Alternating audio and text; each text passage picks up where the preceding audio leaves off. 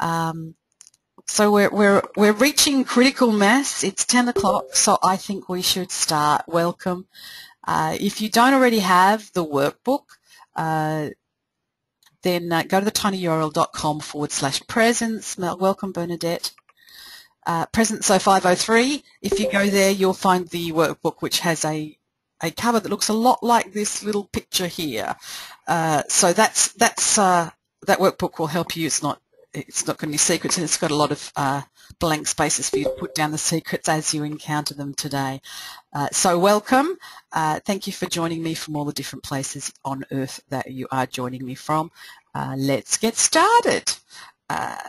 Finding my mouse and seeing if I can actually make this go forward. Look at that. No. Let me find the forward button. There you go. Okay, so this is me. For those of you who don't know me, and many of you do, this is me. That's me presenting at a conference at NIDA, the National Institute of Dramatic Art. It was actually a corporate conference on basically on futurism and excitement. We had people like Sean Acor, the Happiness Advantage guy, and Brene Brown, my favourite, all talking about vulnerability.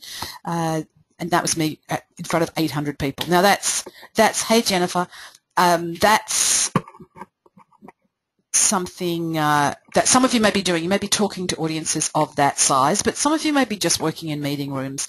The presentation secrets I'm going to talk about today apply across the board because having presence when you present is it's about being confident. It's about having that sense of just being there.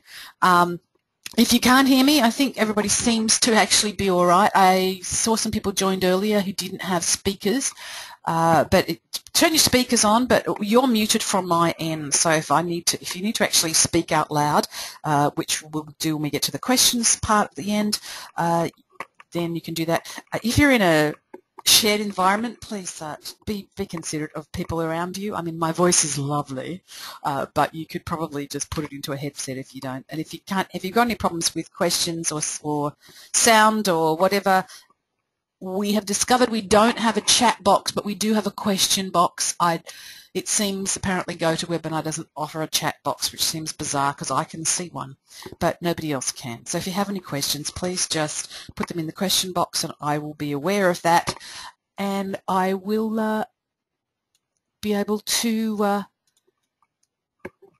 answer, essentially. So here we are. You've turned on your speakers. You've downloaded the workbook. In case you haven't worked it out, I speak quickly. Hello, Liza. I speak quickly, and I'm reasonably focused. I also tend to go off and come back to things, so please listen fast. There will be a recording of this session, but you only get access to the recording of the session if you stay till the end. So the spoils go to the people who turn up. So thank you for turning up. And thank you for those of you who were actually here on time. I love that. It's all we can do. So let's do some housekeeping. First of all, we've talked about the speakers. We've talked about the chat box. At the end of today, I'm going to give you an opportunity. I'm basically going to ask you to buy something from me. I'm going to give you some help where you can go for extra help. I just want to check that you know that there's no such thing as a free lunch, but there is such a thing as some free information. Welcome, Lynn. I saw you just moved in. Hello, Philippa. I can see you're here. Okay, let's move on. So this is the workbook. Again, if you haven't already downloaded it, please go do that. I had a wonderful designer pull it together in the last couple of days, and I think it's just beautiful. So feel free to go look for that. I've got... And for those of you who just joined us, for some reason the chat box is not working, but the question box is. So if you have any need to speak to me or you want to raise your hand or whatever, please feel free to use the question box. Okay. Talked about the chat box. There you go. There it is. Let's now talk about some of the information about presence and why it's important. Some of you may know about this. Malcolm Gladwell's book Blink outlines this research from a psychologist whose name is Nalini Ambady. She gave her students 10-second videotapes without sound, 3 of them, 10 seconds videotapes of teachers teaching, or professors teaching. What she found, she asked them to then rate the competence, the efficiency, the effectiveness, etc. of that particular teacher. And what she found was with three 10-second videotapes without sound, they rated the teacher at the same rate, with the same effectiveness ratings as a whole term. So thinking this was pretty amazing, she cut it down. She got 5-second videos without sound and asked people to rate, and the ratings remained the same. And then she went to 2-second videos and the ratings remained the same. So you have 2 seconds to impress someone. They've already made a decision about what you like and how effective or efficient you are within 2 seconds. This is why presence is important. Before you open your mouth, before your PowerPoint slide is seen, before you impress them with your brilliance, they're already making judgments. So in 2 seconds, it's happening. So this can be daunting, and I imagine for many of you, and I know for many of you, it is a daunting experience to be presenting, because it's really it's fast. 2 seconds, it's done. And many of you I know are dissatisfied with how you're performing in terms of how you're presenting right now, that you feel that there's things you could do differently.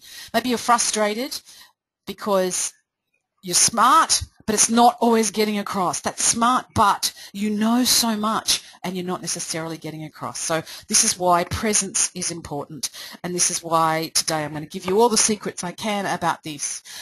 You may be, in fact, struggling to get attention in your environment, and it's possible you're even struggling for credibility.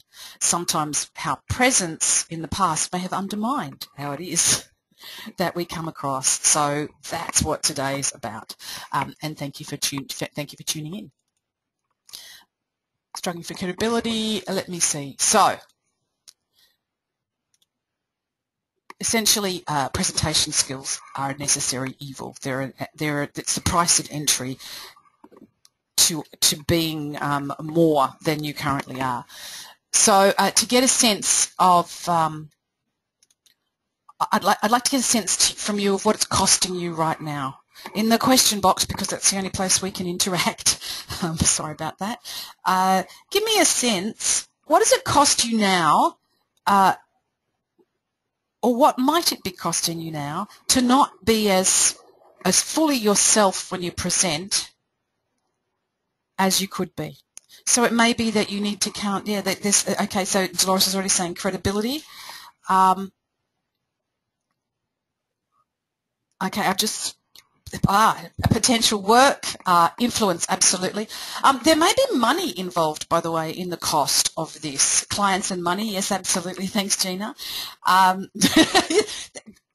What you don't know is who is not promoting you because you're not credible. What you don't know is who is saying, yeah, but, oh, really, I'm not sure she's got everything we want. You don't know what research funding you're not getting. You don't know what opportunities are not being presented to you. But I imagine you suspect that there is a cost to not being the biggest presence, the best presence, the most fully credible and impressive presence that you can be when you're presenting. And so that's what today's about. Let's move on. It's your turn. Take a moment. You've written, actually you've just given it to me in the chat box, so thank you very much.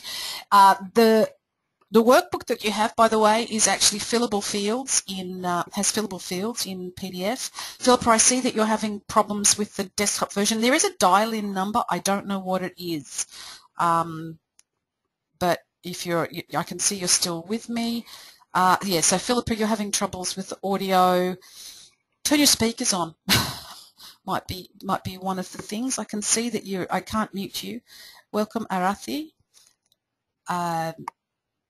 So yes, Philippa, try the speakers. So it's your turn. You've just given me some information about the whole how much it costs you. Because here's what you'd rather be. What you'd rather be is excited when you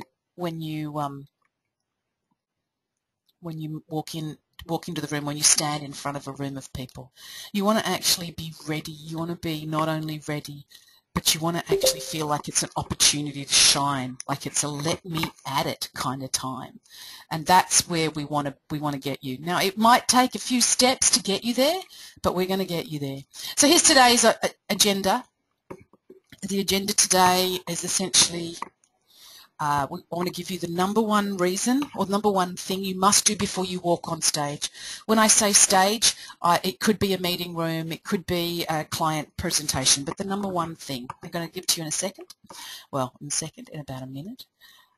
The second thing I'm going to talk to you about are the 3 shifts that separate the top 5% of presenters and how you can use them in your next presentation. There are some really cool things in there and some great research people have done. So it's not just what works, it's what works and what the research says about what works. I'm going to give you a key to oozing credibility and allow you to have show you what you can do to get charisma. Aha! There's Philippa. Okay, Bernadette has suggested, Philippa, you can dial in, log in again, and Felicia's telling me there's a dial-in number, which is a Sydney number, 0290873802. Let me just take that number. Thank you, Felicia. I love your work. Let me just put that on and send that to 3602. Yeah, okay. Philippa, I am going to put it in the chat box right now. That's the number you dial, and you will get the number. Thank you very much, Felicia. You're a genius. Dolores loves the images. Thank you. Okay. Torrin's saying if you have audio problems, the software needs to recognise the hardware. So if you connect to GoToMeeting application, pop-up windows ask if you accept and connect this to the hardware. Whoa. Lynn tells me it's a Java issue. I love this kind of thing. But the fortunate thing is we can all have charisma while we're doing it. Philippa, if it continues after you've dialed in, I'm not sure what we can do, but maybe you and I could actually have a chat later and I can send you a copy of the recording. If you can't hear me saying that. I just realized Philippa can't hear me saying all this. How cool is that? So let me just put that chat, that number that I just put in that Felicia gave me. Susan, the access code. I don't know what the access code is.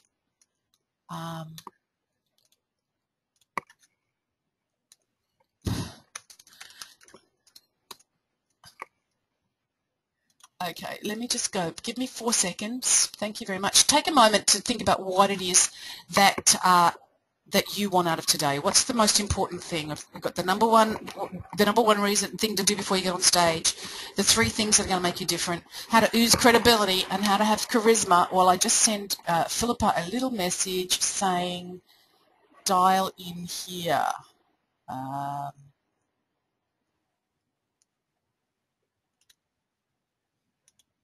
Karen, you should be seeing an entire a whole presentation on screen. Belinda, welcome.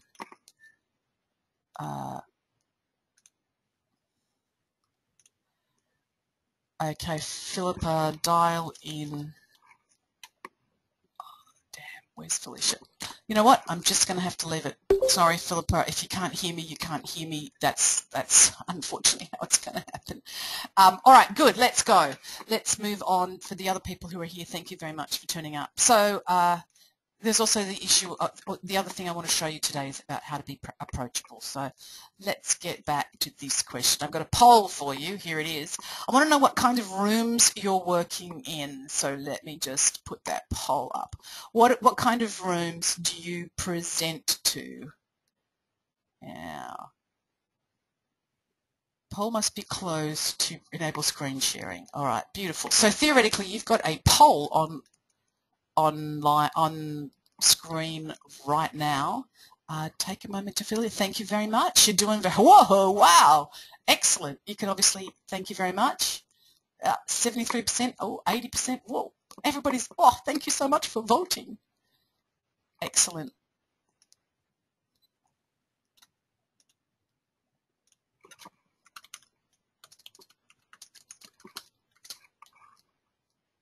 All right, beautiful. So everybody's voted. Let me close the poll, and that should now be able to share to the screen. So here you are. Essentially at the moment, we've got a lot of people doing auditoriums, an awful lot of people in meeting rooms, a few people doing one-on-ones, some small groups, and a couple of others in other. So that's the poll right now. Beautiful. Let me have a look. Now the next question is, I've got another poll for you. What kind of audiences are you presenting to? So there you go, launching the poll for you. I've only given you 3 options. You feel free to tell me what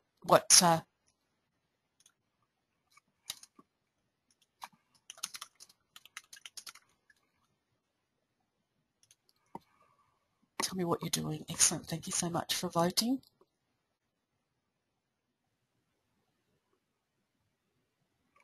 Excellent. If you said other,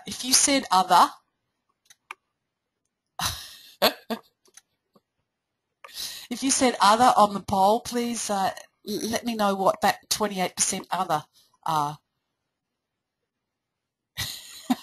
Belinda, empty ones. Empty. Okay, good. Thank you. Welcome, Belinda, by the way. Malika, you said you present to students. Are they hungry, busy, competitive? What's the qualities of the students you're presenting to? Students in itself could be 100 different people. Mildly curious, skeptical, dragged along by friends. Thanks, Jennifer. People who just want information. Liza, excellent, great. Sometimes it's exactly what they want. Gina wants to talk to, here it is, here's what we've got. Gina talks to busy, interested people. So you've got there's the poll results on screen. You can see where we've got some hungry audiences, we've got some busy audiences, we've got some competitive audiences, and then we've got a few of the others. I will add that to the next time I do the poll. Thank you for your interaction. Marsh, welcome to the webinar. Jennifer speaks to human vacuum cleaners. I love that, Jennifer. That's fantastic. I don't know if it's a good thing or a bad thing. So now we get a sense of the rooms that you're working in and the audiences you're working with. Here's the question I'm going to ask you. What's the difference between the audiences how you're impacting audiences now and how you want to impact audiences in the future? What's the thing that you want to change? Take a moment, think about it, give me some idea in the question box, because our chat box is not working. What's the difference between what you're doing now and what you will do? How will you affect your audience differently? So Malika is talking about getting the audience to retain the information more effectively. Dolores wants to increase their engagement and transfer of knowledge. Gina, I get it. Some people want to be less nervous and not be anxious about it. Yep. You want to make an impression on them so they remember the key points you want to get the points across. Absolutely, Michael. Increase their enthusiasm. Absolutely. So all of these things are incredibly valid and useful things. So let's find out how some of the things what we can do to make that happen. Just doing a little sidebar for a moment. Karen currently raises awareness and knowledge, but wants to leave the room and change practice, put knowledge into action. That's a tricky one. Increasing interactivity in the room. Excellent. Thank you very much. So I'm just going to do a quite quick sidebar now. I'm going to ask you about your professional education. What has your professional education so far, your engineering education or your data analytics education or your how to make organisational change education or your this is the way values work education, all of the education that you've done, what has it cost you so far? What does it cost you? How many thousands of dollars? Even in terms of what you've actually put together. I've got a poll for you. See you, Bernadette. Okay. I've got a poll for you. Let me see. How much money have you invested in your professional education so far? Define cost, Carl. Cost is literally time and money. So if you've paid $35,000 for a degree, then there you go. So some people are filling this in for me. Lots of people have spent less than 60,000. Really? Are you 12? You just finished high school? Excellent. 30. Yep. Michael, cost me so much sleep time. Absolutely. I certainly know I spend around 20,000 a year on my professional education, just going to seminars or conferences or whatever. There you go. Susan spent 32,000 on a master's in CRMD, whatever that is. Anne thinks she did it when university education is free, and I bet, Anne, you've been to a lot of seminars since then, either subsidised by your organisation or paid for by yourself. Yep, subsidised MBAs. Yeah, what does that actually cost? Yeah, plus, yes, Belinda, 15, probably approaching 150. You spend an awful lot more on your education than you actually think. And here is the interesting things. I'm going to show you the poll just so you can see that. Here is what the poll said. The poll said, it's going to show on your screen any second now. Sharing poll results. There it is. That's strange. Why is it not sharing? I love it when things happen. According to our poll, share. Sorry about this. There it is. I don't know why. It's not showing. The poll basically said that people spend at least 60 to 150K, but when you start to think about all the other things, oh, you can see it? It's on screen now. Beautiful. It's showing for you. It's just not showing for me. I love it. I love technical things. Thank you very much. All right, so let's get the screen back. We spend an awful lot of money on professional education, and if there were a new technique or a new idea in our profession, we'd be the first in line. That's why you're even at this webinar today. First in line for let's get the information and make the education right. But we spend way less time thinking about what it is that we need that's more in the softer area, and that's where I hang out. So I want to tell you Sandra's story. This is a true story. I've changed her name because she's a world-class researcher. She came along to one of my live trainings, Presentation Mastery, and we spent a couple of days playing with these techniques that I'm going to talk to you about now.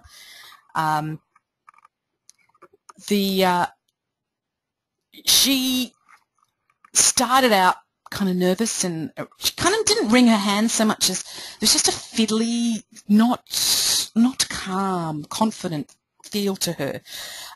She worked with me for a couple of days. We did some things. She played with ideas, played with ways of working with her presence. And then the next time she presented, which was I think it was an 11-minute or a 7-minute presentation to other researchers, which, by the way, is always stressful because you know they're going to ask you a question you don't want to answer, or a question that's kind of like, I've never thought of that in my research.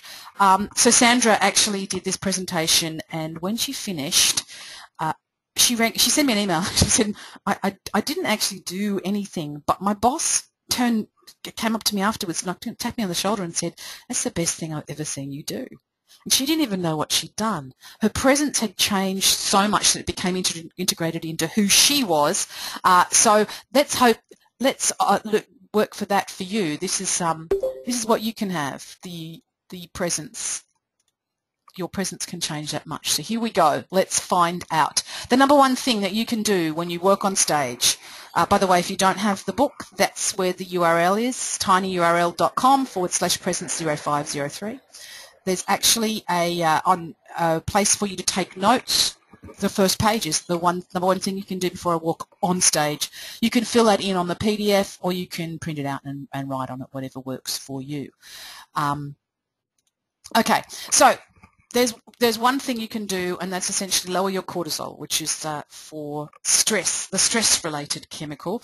You lower your cortisol and you increase your testosterone, which chemical exists in men and in women, obviously more in men than in women, and it's the confidence chemical, if you like.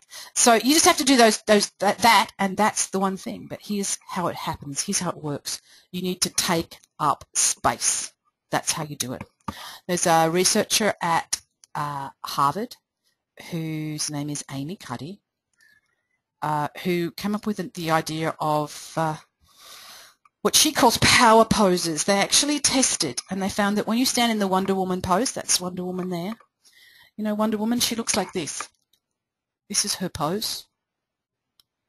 Let me show it to you. There you go. Wonder Woman, hands on hips, elbows wide apart, chest proud. This increases your testosterone and decreases your cortisol. It makes you less stressed, and more confident. So when you do that, that stance has an effect on the chemicals and on your brain. Your body changes your mind. Amy Cuddy's research, I can send you a link to her TED Talk. If you stay to the end. If you stay to the end, you'll get all the links. If you don't stay to the end, you'll never know. So thank you for hanging out. Here's a few more pictures of these power poses. What Cuddy found was when people held these poses for 2 to 3 minutes before speaking, they were seen by the people in their audiences as having more presence, as being more confident, as being more credible. And that's all you have to do. So that's the width, it's the taking up space, taking up space with your arms wide. Now, if you're in a chair, do you want to try it? Let's just do a pre-test. Before you become big, just see where you are. Take an inventory of where you are now, how you feel, how confident you feel, how awake you feel, how alive you feel. This may be a function of how much coffee you've had. Who knows? But take a moment to look at how you are now, and then take up more space. Open up. So if you can't stand, do it while sitting. Put your hand behind your head and put your feet on the desk if you can. If you can stand, that's going to give you the best maximum effect. Maximum effect. So if you can stand while you're listening to me now, please do that.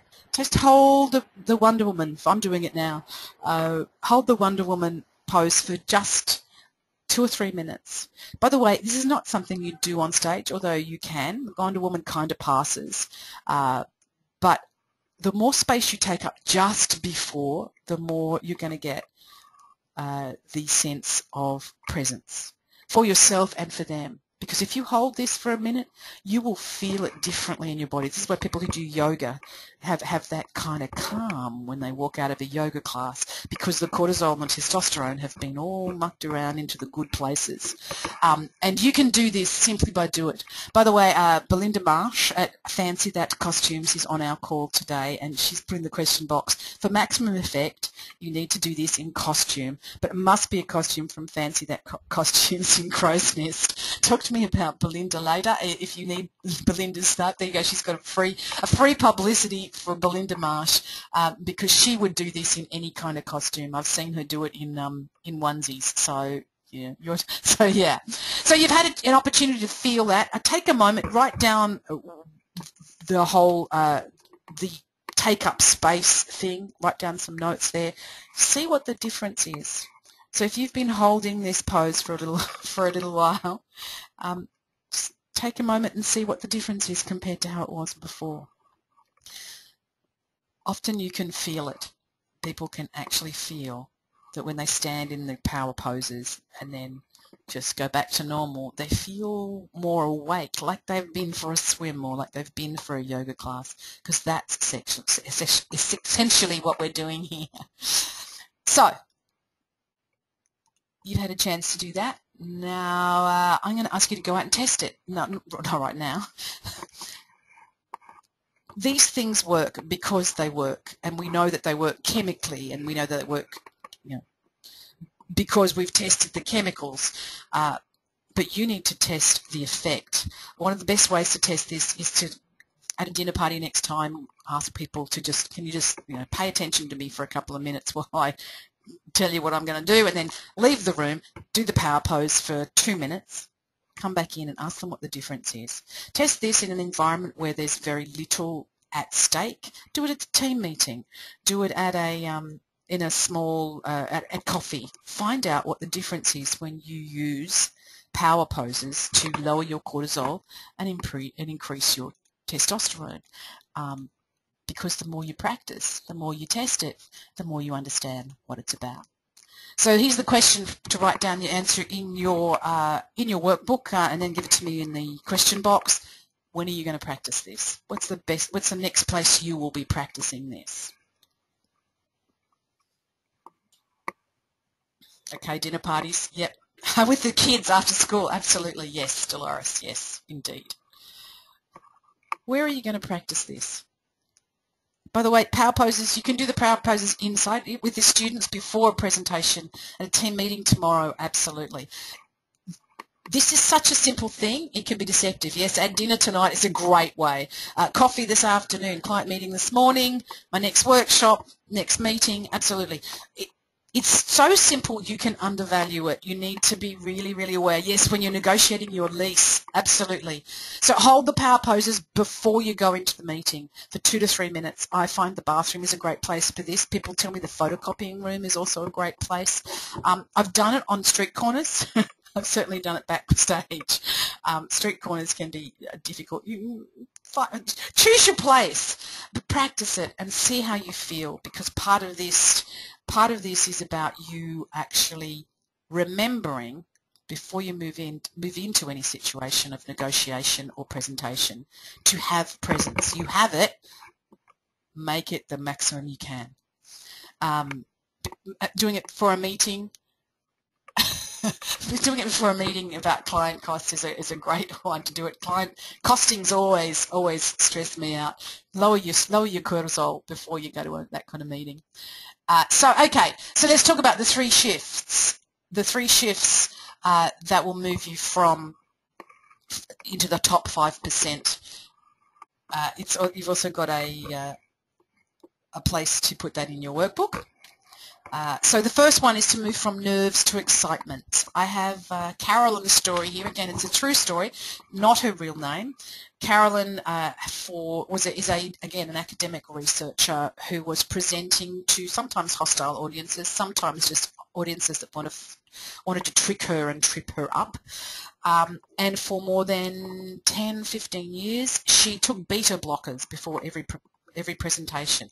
A beta blocker is a pharmaceutical drug that lowers your blood pressure, so it chemically makes you more calm. So she was so nervous she felt she needed to take chemical calmants before she actually presented. She did that for a number of years. So she came to Presentation Mastery and we played around with the power poses, and that kind of worked, but it was also about how she felt about this. And what we found was something that's quite common. She was very nervous when presenting. All the research on this has found that it's no point in being nervous and trying to calm down, because those two emotions are so far apart from each other. What the research says is if you're already nervous, make it excitement, tip it from nerves to excitement. So what we did with Carolyn was we found a time when she was super excitement. She found a time when she was super excited, which is similar to nerves. You know that excitement where it's almost nerves, it's almost excited, it's nervous excitement. For Carolyn, that was she just run the City to Surf just a couple of days before, and she'd been really excited before it, when all the adrenaline was pumping everywhere around the world. Exactly. So what we did was get her to imagine that she was about to do the City to Surf and then present. And so what she took into the presentation was excitement and nervousness, but not just nervousness. And the excitement made her more enthusiastic and more able to do it. She hasn't taken a beta blocker before a presentation ever since. Those of you who've worked in pharmaceuticals uh, know that that's pretty, it's sad for the pharmaceutical company, no doubt, but it was good for her. And the other thing about excitement is this. Excitement makes you feel enthusiastic. This not very exciting looking gentleman is Stephen Secchi, who is a lecturer in psych at Cornell. Now, for reasons, I don't know why, I'll show you later why I think he did this, but he did some research around what if he did his exact lectures that he'd always done, and he'd been lecturing for more than 20 years, did the exact lectures he's always done, same books, same lectures, same grading policies, same exams, same office hours, same syllabus, same slides, same transparencies, same student demographics. What if he did all of the same, everything the same, except that he would be more enthusiastic when he presented, so more enthusiastic in his presentation, in his gestures, and in his voice. So he just added enthusiasm to his presentations. Here's the results. Overall, his course rating went from 2.5 out of 5 to over 4 out of 5 because basically he was enthusiastic. Now check it out. Not only was the addition to the gestures and the sound, the tone of enthusiasm, giving him an overall course rating that was much better, look how much people thought they learned. They moved from a 3 to a 4. Look how much clearer they thought his goals were. See how much fairer they thought his grades were. And look how much better, look how terrible they thought the text was before, and now how great, and now it's getting a passing grade. That's because he changed his gestures, because he was enthusiastic. So being excited rather than nervous can make it. And this one, look at this. This is why I think he did it. Look how terribly enthusiastic they thought he was. Not just over a 2 for enthusiasm. So he upped his enthusiasm. We can see that increased here on this graph. But he also by being enthusiastic, made himself appear more accessible, more organised, more knowledgeable, and more tolerant. Who wouldn't want that? Who wouldn't want that? So Stephen Secchi at Cornell gave us that research.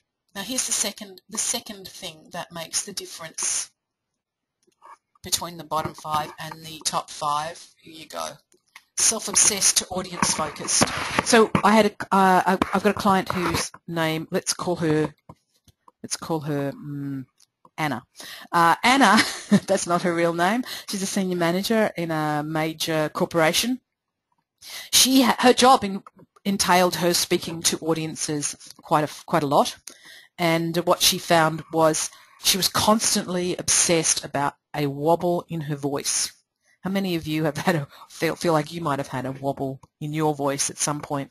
And all the people I've worked with who have been nervous presenters, not yet excited, but nervous, are self-obsessed about, oh, my knees are wobbling, or my voice doesn't work, or I say a lot. It's all about themselves and self-obsession. When you flip that to go, what is the audience doing? What's the focus of the audience in this? That's when the things change. Because essentially, here's the bottom line: the meaning of your communication is the response that you get. This is why I say to you, for everything, test it. Go to the audience and ask them, how was that? You can even, if you trust the audience, say, what do you think about my voice? And see if they say that's a wobble. Most of the time, people don't even notice. A lot of the people who come to my live training to presentation mastery, when they say, oh, I was so nervous, my hands were shaking, I was like, never noticed because you were telling us this really interesting story, or because your data was really useful, or because of what the communication was. Self-obsession doesn't work. Audience focus does work. So it's your turn. I've given you 2 so far, one about moving from nervousness to excitement, one about moving from self-obsession to audience focus. What are you going to do? Take a moment to write it down. Give me some feedback in the box. So far, what are you going to do with the self-obsession audience focus? What are you going to do with the nervousness to excitement? Give me some feedback.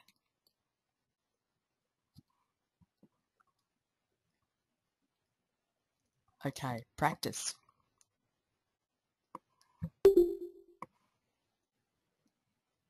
Great. I can see some of you are filling in your workbook. Power poses, absolutely. Power poses are indeed a great way to start the day. Breathing, absolutely. Breathing has the same effect as a beta blocker. Deep breathing will allow you to calm yourself down. Yes, absolutely. Mentally preparing for presentations and questions, mentally going through presentations. Preparing yourself beforehand, Julie, exactly. Who's in my audience and what do they need? Part of that is exactly that. Asking the audience a question, just a simple question. I can't see what anybody's doing on their workbook. I can just see when people flick out of being paying attention to the screen I've given you. So no, I can't see your workbook. Amy Cuddy in her TED Talk apparently talks about reviewing goals and affirmations in your power poses. So actually feeling strong when you do your goals and affirmations. Mantras work. Okay, figuring out how to sleep restfully the night before and stopping the excitement and fear kicking in too early. Absolutely, Jennifer. Yes. That's about the power poses will help there. I love the reminder for focusing on the audience. Yes, Bernadette, passionate about what I present, so I'm excited in the audience is an audience focus, so it's all about them. Yeah, you're already there, Bernadette. Great, thank you. Being curious about the audience. Yes.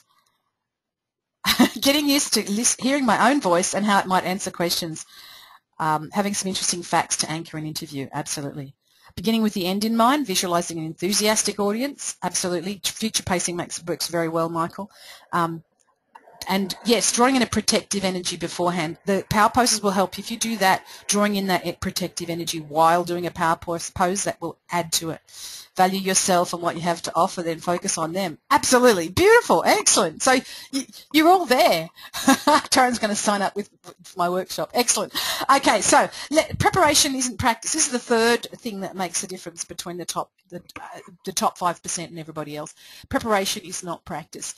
Spending thousands of minutes making your presentation perfect doesn't actually equal any practice. You've got to actually go through it, preferably with an audience. If you can't do it with an audience, at least do it out loud, and certainly do it standing up, because here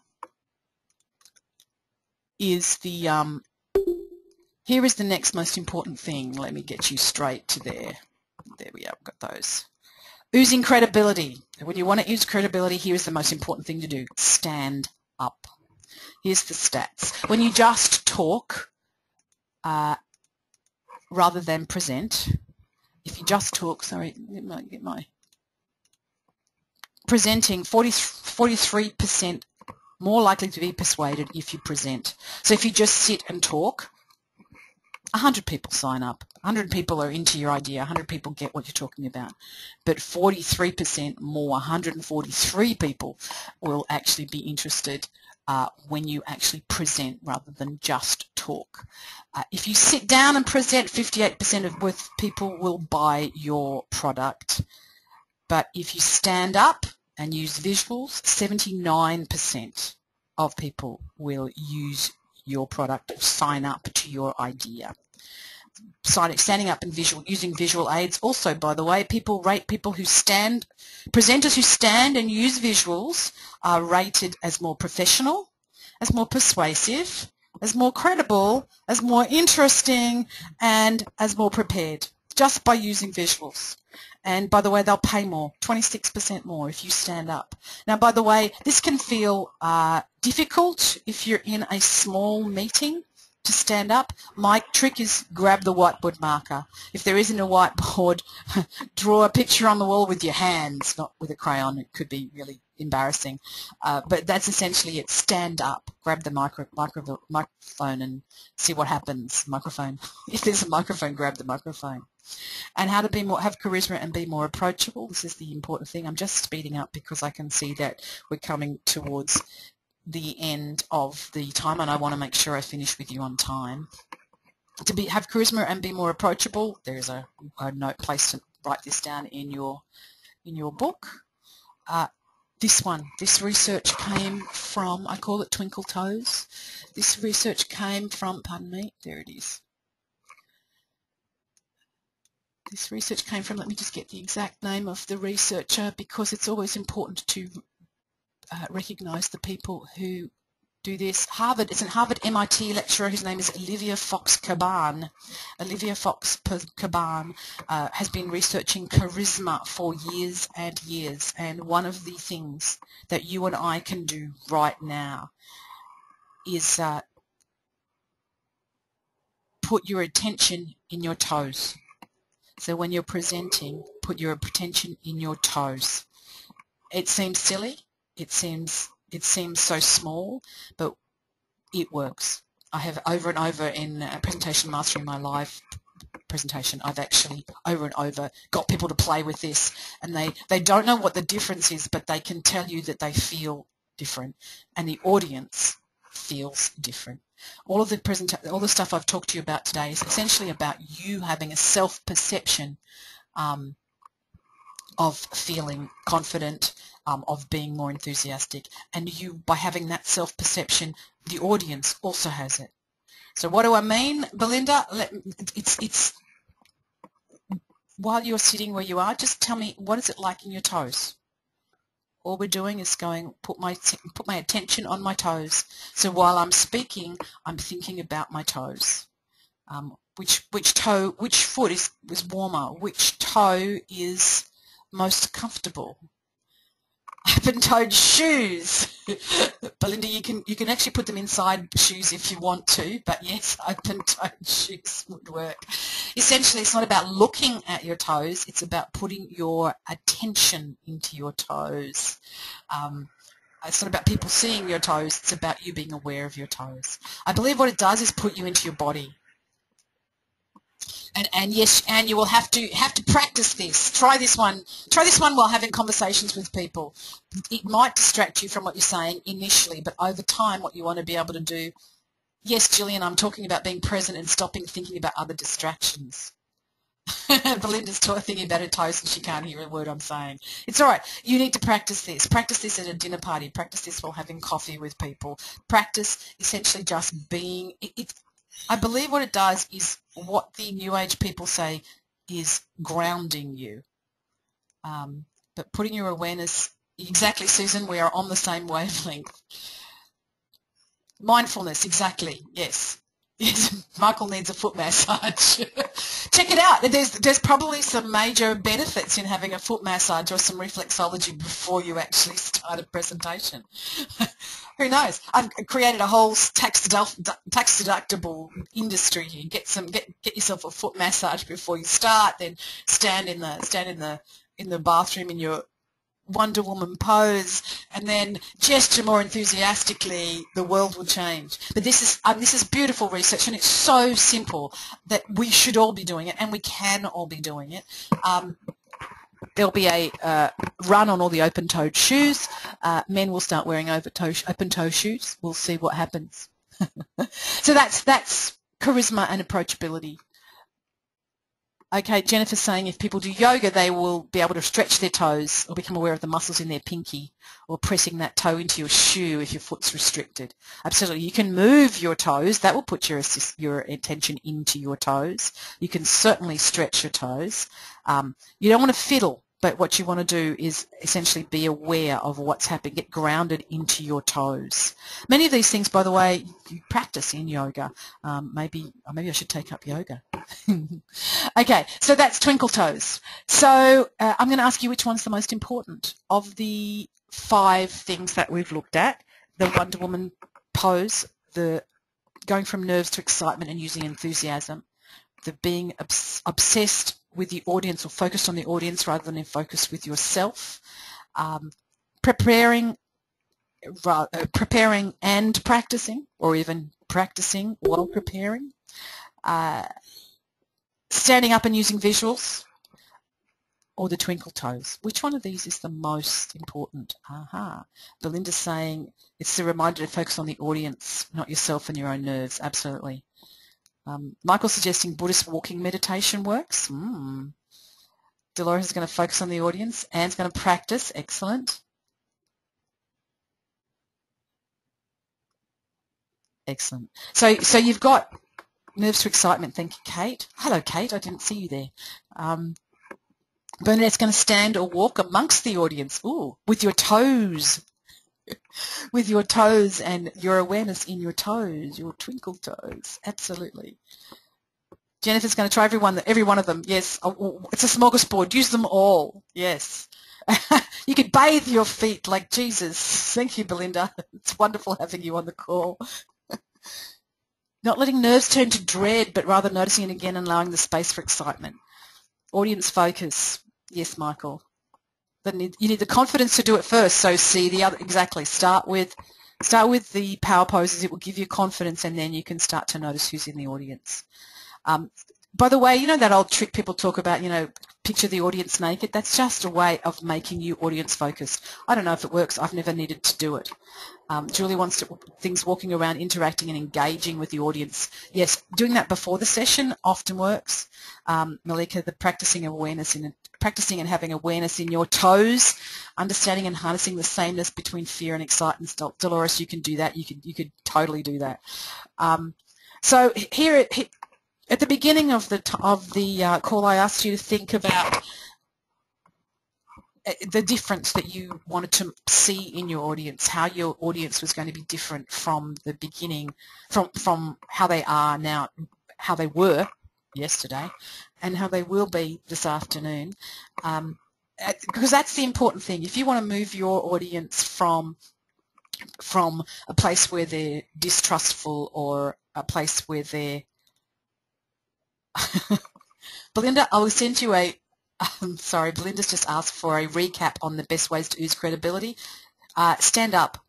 That's the best ways to ooze credibility. All the standing up stuff and using visuals, that's where the use credibility comes from.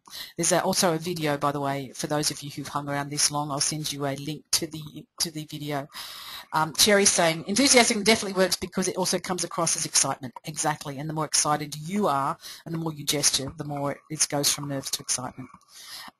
Okay, cool. So if you want to make that difference, if you want to move them from skeptical to listening, if you want to move your audience from being hungry for information to hungry to buy, if you want to do all these things, essentially, these are the keys.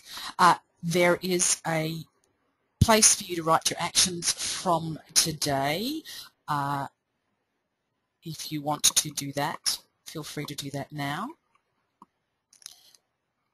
And then I'm going to talk to you about what other support and help you actually need to make this happen. All right. Essentially, we've already spoken about this, what you need is practice. You need to actually do this in a live environment, and whether that be a live environment like a team meeting or a live environment like your nearest and dearest or your best friends or your cat, you need to practice. The best practice will be in a simulated environment where you're actually presenting. You'll need independent feedback, so you need to get audience-like objects to talk to you, but even better, audience-like objects who can actually also say to you, I can see you're putting your attention in your toes, but that means don't look at your toes. So the people who know what you're doing while you're doing it. You also need some structures, because obviously in an hour